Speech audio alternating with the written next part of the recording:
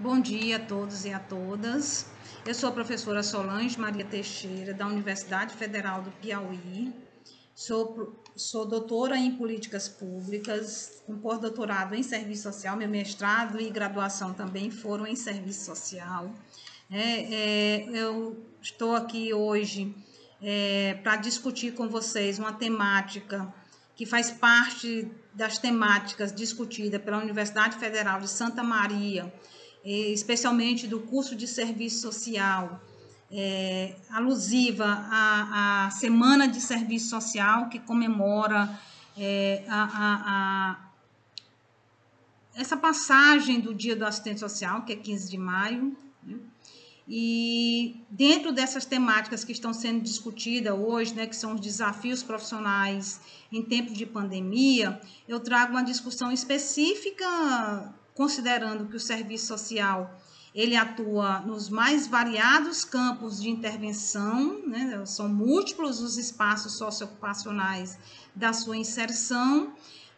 Também nós atuamos em várias manifestações da questão social, dentre elas aquelas relacionadas ao envelhecimento, marcado pelo abandono, pela pobreza,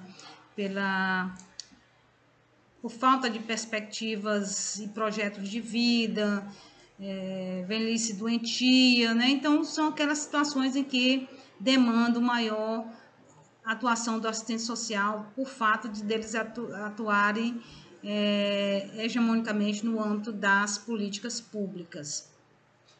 E dessa discussão, eu sou estudiosa da temática de família, envelhecimento, política de assistência social, e a partir destas minhas pesquisas que eu estou tentando hoje contribuir com vocês, né, trazer esse debate do envelhecimento no contexto de pandemia e os desafios para a atuação dos profissionais de serviço social. Primeira coisa que eu quero acentuar com vocês é a discussão de envelhecimento, né? O envelhecimento, ele, contrário das visões biomédicas, comportamentalistas, né, que o veem como um fenômeno universal, no sentido de generalista, pelos critérios biológicos, como se todas as pessoas envelhecessem da mesma forma, porque seu organismo envelhece a partir de uma determinada idade cronológica ou a partir de determinados processos. E também as visões hoje de alguns setores também que discutem o envelhecimento, apostando na discussão da heterogeneidade pela perspectiva de que os casos são tão díspares, né, e tão individualizantes e subjetivantes que é impossível registrar experiências comuns de envelhecimento. Eu parto de uma outra perspectiva teórica, mais compatível com o nosso projeto ético-político, de uma dimensão crítica, que trabalha com o método dialético na perspectiva de trabalhar singularidade, particularidade e generalidade nas suas interrelações. Então, isso permite compreender que o envelhecimento ele é diferenciado, porém, ele é heterogêneo, né, diferenciado, ele tem uma margem de variação entre as pessoas, porém, isso não significa nenhum individualismo, né, porque essa relação singular, geral e particular, mediada pelo particular, nos permite compreender que existem elementos que favorecem traços comuns no modo de envelhecer. E dentre esses traços comuns, eu quero ressaltar para vocês a questão das diferenças de classe, né? Mas que daí a gente dizer que o envelhecimento é composto por um processo biopsicossocial, e que esse social ele não é apenas normas, regras, hábitos, mas ele é, na verdade, uma expressão de determinantes socioeconômicos e culturais, dos quais entram a classe, gênero, raça, etnia, né? E a diferença geracional é um também desses elementos diferenciadores, né? Entretanto, isso, contrário de que isso pode gerar individualizações, né? Pelas particularidades, pela mediação da particularidade, é possível encontrar elementos comuns nessas formas de existência. Por exemplo, no determinante de classe, nós já temos um elemento diferenciador entre a classe dominante e a classe dominada. Sem dúvida nenhuma, a classe dominante ela teve sempre um modo bem particular de viver a velhice, né? Sempre foi longeva, acesso à educação, à cultura, ao lazer. A idade não significou um processo de exclusão deles em nenhum dessas dimensões, né? Até mesmo na dimensão econômica, os grandes proprietários costumam ainda participar dos conselhos consultivos das suas empresas, né? Ter algum grau de autoridade ou algum grau de interferência nessas relações econômicas, né? E, entretanto, se você olha a classe trabalhadora, há, na verdade, uma grande diferença. Inclusive, a Simone de Beauvoir vai dizer que há um abismo separando o envelhecimento da classe dominante da classe trabalhadora. Mas essa classe trabalhadora, ela tem conseguido envelhecer, né? E isso se deve, em grande parte, ao acesso às políticas públicas, né? Então, é resultado do Estado social a longevidade em massa, né? Não só mais atingindo só os dominantes, mas também chegando junto aos dominados, né? As classes dominadas. E esse processo se dá devido ao acesso aos tratamentos de saúde, à socialização dos achados da medicina, em termos de medicação, em termos de órtese, prótese, as várias formas de lidar e tratar a saúde, saneamento básico, água canalizada e tratada. Então, tudo isso, políticas de renda, serviços sociais diversos, vem favorecendo o envelhecimento também da classe trabalhadora. Mas é preciso ressaltar algumas diferenciações na classe trabalhadora, né? Então, costumo dizer que a classe trabalhadora, ela tem uma dimensão, dentro dessa, ela tem frações de classe, né? Grupos que representam essas frações de classe. Entre elas, nós temos grupos mais estáveis, que são sindicalizados, têm acesso a políticas, aos direitos trabalhistas e à proteção social, embora eles continuem explorados, com trabalhos muitas vezes degradantes, aviltantes, né, que aceleram o seu processo de envelhecimento, seu adoecimento, mas eles contam com a proteção social pública, né, e também a proteção que é desenvolvida no âmbito das empresas. Entretanto, né, nós temos uma fração dessa classe dominante que Marx vai chamar de superpopulação relativa. Essa é a população em excedente, aquela que está no excedente, né? E ela é composta da população flutuante, né, que é aquela população que está desempregada, mas continua em busca do emprego, dia e noite, à procura do trabalho. Nós temos a latente, que atinge a população rural, né, que pressupõe que lá na zona rural ela já seja uma população excedente, que não encontra trabalho, que não consegue sobreviver pela economia familiar, como condição de dar dignidade à sua família, né? E vem muitas vezes para a cidade, é mobilizada para a cidade, e nas cidades eles vão compor ou esta população flutuante que está em busca de trabalho, ou vai compor um outro setor que chama dessa população que é a estagnada, que é a estagnada. A estagnada é aqueles que estão em longo tempo de desemprego, que já perderam as esperanças e que incidem para sobreviverem na busca de atividades informais, né? Que essas atividades informais, atividades autônomas, pequenos negócios, mas desde aquelas para atividades que é só de autoconsumo, né? Que mal dá para a sua própria sobrevivência, quiçá para você e sua família.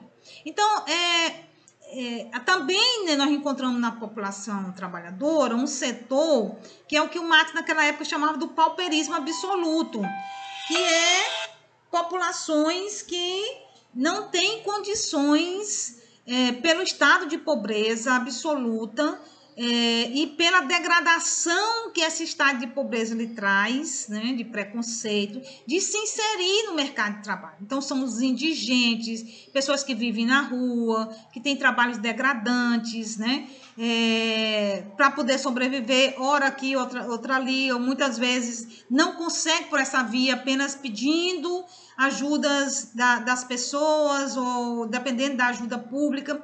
Então, os órfãos, abandonados, eles se incluem dentro desta lógica. E dessa forma a gente pode compreender que o envelhecimento vai ser bem também diferenciado se você está incluído, excluído ou no setor mais excluído ainda, que é o da pobreza absoluta. Então, você vai, com certeza, envelhecer de forma bem variada, com incidência maior, conforme o gênero, raça, etnia, com maior incidência de desigualdade. Essas relações classe, gênero, raça, etnia formam um nó, né? Em que é mais grave para quem está fora do mercado de trabalho, para quem é mulher, para quem é negro ou negra, né? Então, são situações que realmente vão agravar. E vale ressaltar, na atualização dessa superpopulação relativa e da atual classe trabalhadora, que esta classe, ela continua, esse fragmento da classe trabalhadora, ou essa fração da classe trabalhadora, continua sendo realimentada pelos novos processos de trabalho contemporâneo, né? Então, são grande parte daquele público que hoje ainda se encontra fora do mercado de trabalho, não mais apenas pela questão de que são pouco habilitados para o trabalho, né? Nós já temos pessoas de nível superior, de nível médio, né? Com boa capacitação, mas que não conseguem arranjar emprego pela ausência de postos de trabalho. São postos de trabalho que são fechados, são processos de indústrias que estão fechando, nós estamos vivendo, inclusive no terceiro mundo, um processo de desindustrialização e reprimatização da economia. Então, e vale ressaltar também que a superexploração, ela extrapola os muros dos países dependentes, né? Na verdade, a superexploração hoje é assumida pelo capitalismo em âmbito mundial, ampliando a precarização das condições de trabalho, dos contratos de trabalho, né? Então, cada vez mais se achata os salários, se reduz esses salários, né? Então, e superexplora essa força de trabalho. Então, claro que a força de trabalho na periferia, ela também tem outras características, né? Um envelhecimento muito mais precoce, muito mais doentio. Essas novas metas de trabalho, sejam formais ou informais, né? Por outras vias, elas estão ditando processos de adoecimento, né? Porque a pessoa trabalha até a exaustão para atingir metas, para se manter no trabalho, não tem o tempo necessário de descanso, né? Então, se acentuam os processos do adoecimento físico, psíquico, mental, porque não há um tempo mínimo de reposição das energias, né? E não tem um salário digno para essas energias serem repostas de forma qualitativa, né? Lazer, cultura, boa alimentação, tempo de restabelecimento das energias vitais para manter o processo produtivo, né? Então, com certeza, nós vamos ter um quadro de envelhecimento e de velhice bastante variada, né? E este público que está em piores condições, né, que está durante a sua trajetória de vida, não vai mudar porque ele envelhece. Pelo contrário, vai piorar, né, porque ele vai aparecer maior incidência de doenças, né? Muito comum também hoje o crescimento dessa população com dependência, exatamente por conta de que muitas doenças que poderiam ser controladas, elas não conseguem por falta de informação, do acesso às políticas públicas, dessa alimentação saudável. Então, isso vai ampliar o número de pessoas que precisam de cuidados de terceiro, né, na velhice. Então, e também vai incidir muito fortemente aquelas famílias que não conseguem prover esse cuidado, o abandono, porque nós não temos políticas públicas de cuidado, nós temos uma política nacional de cuidado de pessoas idosas, nem no seu domicílio, nem nas instituições de acolhimento, né? Então, você termina tendo uma grande margem de população dependente, que precisa de cuidados especializados, né? Ou outros que ainda estão com suas famílias, mas que estão com doenças crônicas, né? Com muita dificuldade de controle. E este público é o público que chega aos serviços sociais, né? Assistência social. E eu quero ressaltar aqui, por exemplo, dentro dessa variedade de campos que nós do serviço social atuamos, um desses campos é exatamente aqueles que trabalham com a população idosa, né? Então, tanto a política de saúde, como a política de assistência, a política de previdência. E na política de assistência social, nós vamos encontrar as instituições de acolhimento, né? E aí eu quero dar uma ressalva nessas instituições de acolhimento, porque em tempos de pandemia, nós estamos assistindo que em todo mundo idosos morrem dentro dos abrigos, dentro dos asilos, ou hoje chamada de instituições de longa permanência no Brasil, por conta da falta de acesso a hospitais, de falta de acesso de medicação, de falta de acesso de equipamentos de proteção individualizada, né? Então, estas instituições de longa permanência, elas estão no olho do furacão, porque esse público idoso já é um público vulnerável por conta da idade, né, das doenças crônicas que eles acumularam, dos anos de vida. Então, este processo os torna mais frágil, né? E aí, eles sejam, estando em instituições de longa permanência, que são instituições híbridas, né? Elas estão registradas na assistência social, mas elas têm equipes de saúde, equipes de cuidado de auxiliares de enfermagem, enfermeiros, fisioterapeutas, né? E existem alguns estados aqui no Brasil que estão com a política de mandar esses idosos de volta para suas famílias, né? Porque eles não têm locais nas instituições de longa permanência para ficarem na quarentena de forma isolada, e eles estão sendo contaminados pelos cuidadores que vêm de fora, né, para o abrigo, os profissionais. Então, há toda uma polêmica a respeito disso. Sem dúvida nenhuma, a saída não é voltar para a família, né, porque no Brasil, as instituições de longa permanência recebem idosos apenas na condição deles não terem familiares que tenham possibilidades, tanto materiais como físicas, emocionais, para exercer o cuidado deste idoso. Então, quem está nessas instituições for abandonado, for vítima de maus tratos, ou de violência, outros tipos de violência, de violações de direitos, né? Por isso que eles estão nessas instituições de acolhimento. Muitos deles têm família, mas famílias pobres que sequer têm condições de arcar nesse processo atual da pandemia, de manterem o isolamento entre os que estão em casa. Imagine ter um idoso retornando para esta casa, né? Então, esta não é a saída. A via tem que ser políticas públicas que se dirijam para os profissionais. Também os assistentes sociais que trabalham nessas instituições de acolhimento estão no olho do furacão, porque eles também correm risco de serem contaminados, né, pelos idosos que estão contaminados. Então, é preciso realmente uma política pública que capacite esses profissionais para lidar com esses idosos nas instituições de acolhimento, que distribuam gratuitamente testes para e faça esses testes para verificar quem está contaminado e poder ser afastado, né? Também materiais de proteção individual, né? Máscara e os demais, né? Capas, aventais, tudo que for necessário como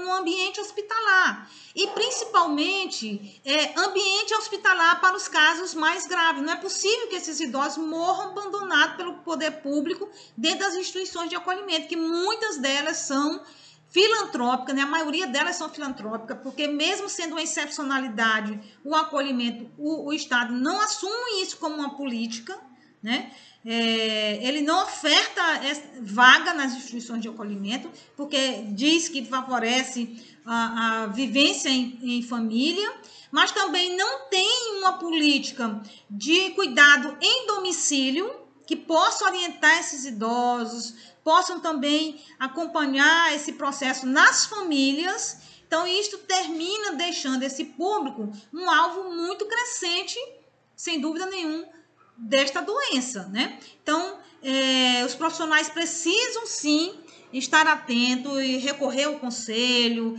né, para pressionar o poder público, para que tenha condições dignas de trabalho, né? Eles também não podem se furtarem, eu não posso trabalhar por conta da pandemia, né? Então, as instituições, os serviços essenciais vão ter que ser mantidos, né? Nós, por um princípio ético, não podemos fugir à luta, né? Somos da equipe da saúde e estamos nos serviços essenciais da assistência social, mas precisamos, sim, capacitação para lidar com o público, equipamentos de proteção individual, testes constantes, porque a gente lida direto com essa população, né? Então, também outros espaços, né, que se fecharam, que também tem atuação do serviço social, são os centros de convivência, que são chamados de serviços de convivência e fortalecimento de vínculos, os grupos de idosos, também acompanhados por assistentes sociais, dentro de hospitais, dentro de universidades, ou de outros mecanismos, né? Também são espaços de intervenção do assistente social, espaço de ocupação socioocupacional do nosso trabalho, né? E também nesses espaços a gente precisa buscar alternativas para trabalhar com este público, né? Que está em casa agora, porque veja que muitos idosos se propagou a ideia da terceira idade, que deve estar nas universidades, nos espaços públicos, se socializando, e de repente eles estão vivendo outra lógica, que fique em casa para se manter vivo, né? Fique afastado, inclusive, de familiares, em isolamento social. Então, precisamos chegar até esse público, né? Muitos deles realmente não têm acesso à comunicação, mas a maioria deles tem pelo menos um telefone celular, um WhatsApp, né? E nós podemos perfeitamente exercer uma atividade por via remota de levar informação, pequenos vídeos, fotos, ou processos assim por via remota, mediado pelas tecnologias de informação e comunicação, para impulsionar esses idosos, aquilo que a gente oferecia no centro de convivência, por exemplo, uma capoterapia, pode ser um vídeo curto com exercícios de alongamento, momentos de reflexão sobre o Covid, sobre o convívio, sobre a vida familiar, né?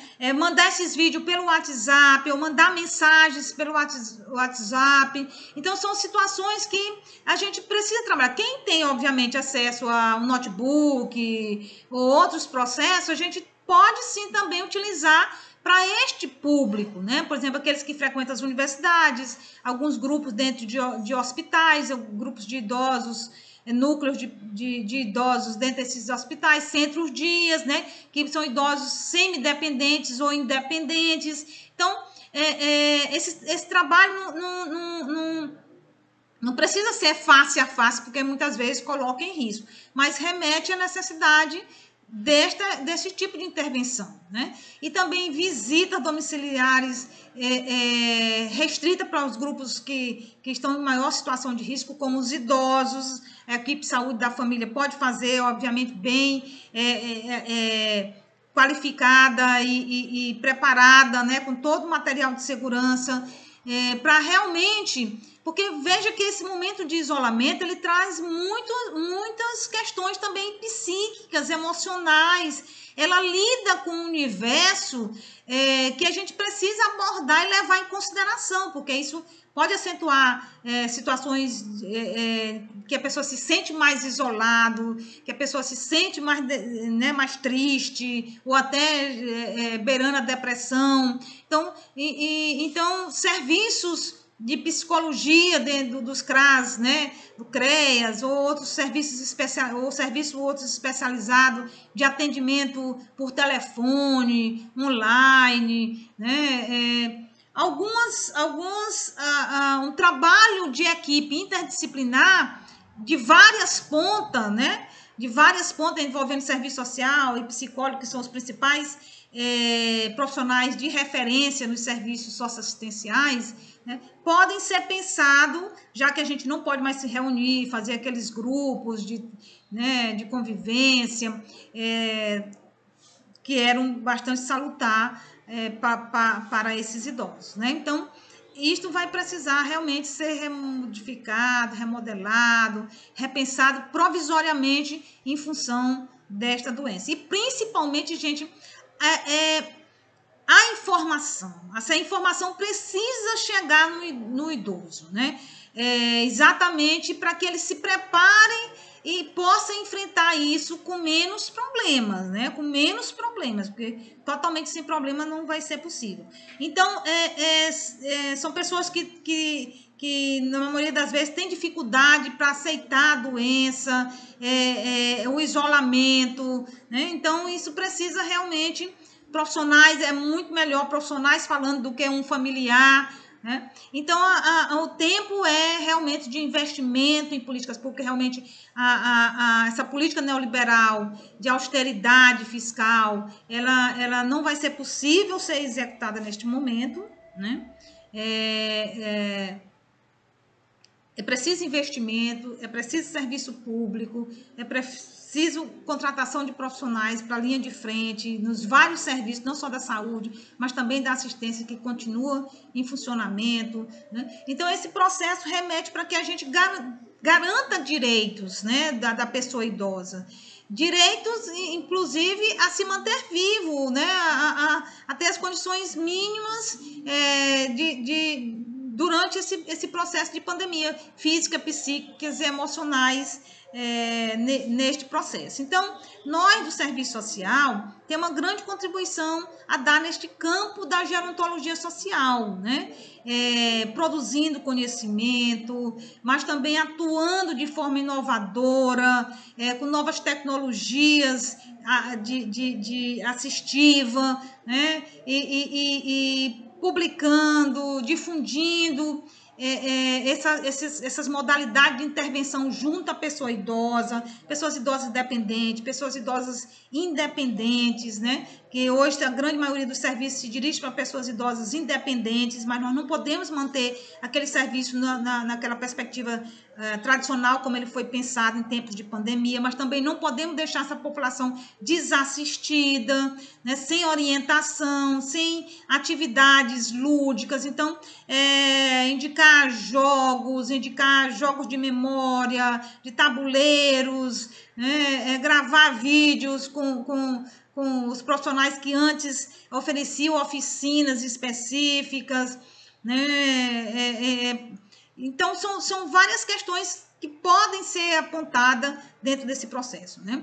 Mas o essencial é que também a gente se resguarde, a gente tenha proteção no nosso trabalho, acesso a esses equipamentos de proteção, porque nós temos dever ético de manter a população assistida, né? Mas também não podemos atuar pondo em risco a nossa vida, né? Então, se a gente está ameaçado no nosso processo de trabalho, tem que denunciar para os conselhos, tem que denunciar os conselhos da nossa profissão, buscar mecanismo para que esses conselhos regionais e o federal possam criar mecanismo, né, para acionar os aspectos legais para que a gente continue, né, exercendo trabalho em boas condições. A gente atua em diversos campos, né, mas esse do envelhecimento, ele tem uma importância singular frente a esse processo de pandemia, né?